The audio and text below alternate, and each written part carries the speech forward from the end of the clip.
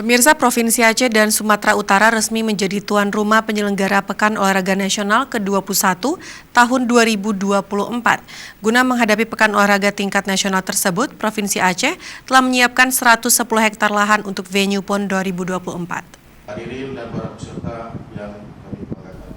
Provinsi Aceh terus berbenah mempersiapkan diri untuk menghadapi Pekan Olahraga Nasional.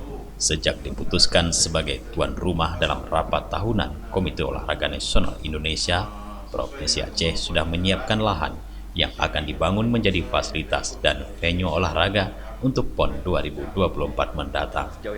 Kadispora Aceh Dedi Yuswadi mengatakan, Dispora Aceh sudah menyiapkan lahan seluas 110 hektar untuk pembangunan venue di Kuta Malaka, Aceh Besar. Tahun ini akan segera diselesaikan master plan pembangunannya.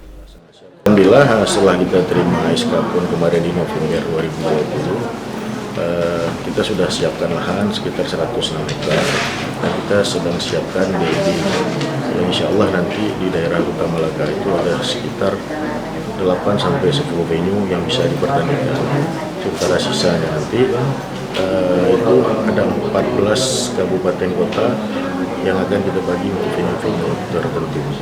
Di kita sendiri ada sekitar 31 venue untuk saat ini, dan itu masih dalam pembicaraan juga dengan KONI Sumut. Jadi KONI Aceh juga berbicara dengan KONI Sumut tentang pembagian. Kita ada beberapa pembagian cabur yang ditambah untuk pelaksanaan PON 21 Aceh.